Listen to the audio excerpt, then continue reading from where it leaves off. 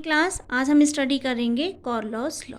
कॉर्लॉस law ने ions का migration हो रहा है तो उनमें कोई फोर्स वर्क कर रहा है कि नहीं कर रहा है, उसकी स्टडी की थी। उन्होंने क्या किया था, वीक इलेक्ट्रोलाइट लिया था।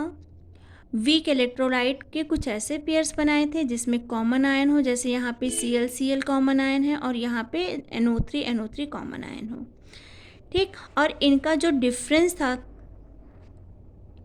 इन्फिनाइट कंडक्टेंस का जो इनका डिफरेंस था लैम्डा इन्फिनाइट का, वो lambda infinite KCl minus lambda infinite LiCl जो डिफरेंस निकल के आया था वो 34 पॉइंट समथिंग था।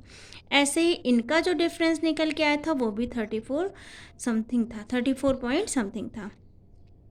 तो ये जो कांस्टेंट वैल्यू आ रही है, इनमें जो डिफरेंस सेम ऑलमोस्ट सेम आ रहा है, वो किसके कारण होता है? वो इसलिए होता है कि जो मैक्सिमम आयनाइजेशन पे जो आपके आयंस होते हैं उनके बीच इंटर आयनिक अट्रैक्शन फोर्स बहुत ही कम होता है, या फिर हम बोल सकते हैं no interionic attraction force at infinite dilution between ions.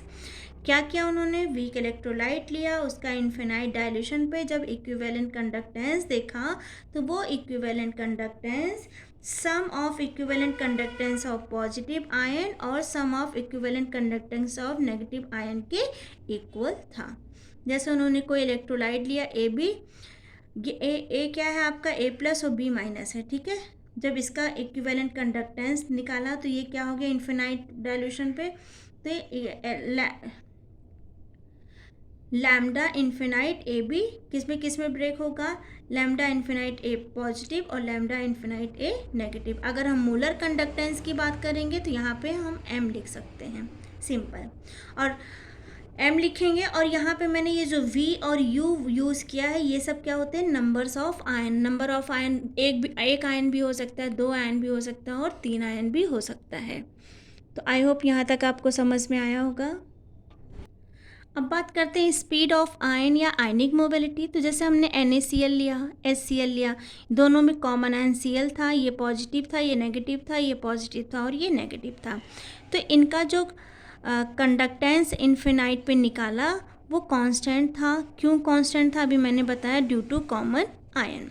लेकिन देखा, ये भी एक्सपेरिमेंटली ये भी देखा गया कि जो NaCl होता है उसका लैम्डा इन्फिनाइट 3 गुना होता है, किससे, लैम्डा इन्फिनाइट HCl से। या फिर हम ये कह सकते हैं कि जो हमारा लैम्डा इन्फिनाइट HCl है वो लैम्डा इन्फिनाइट NaCl से 1/3 पार्ट कम है।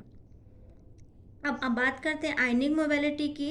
तो जब हम 1 volt centimetre potential gradient apply करते हैं तो जो डिस्टेंस कवर होता है 1 सेकेंड में, distance cover by 1 second time of ion is called ionic mobility. तो हम इसको लिख सकते हैं, जो लैम्डा, यहाँ पे C मैंने केटाइन के लिए लिखा है,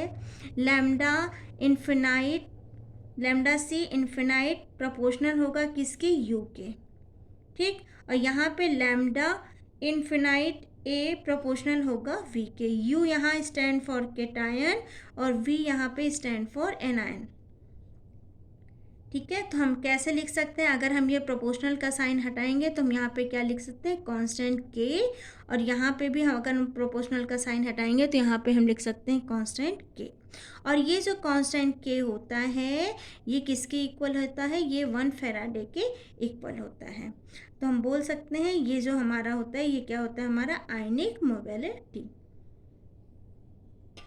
तो अगर हमें लैम्डा इन्फिनाइट AC देखना है, एनायन और केटायन का देखना है, तो ये क्या हो जाएगा, lambda infinite cation plus lambda infinite anion.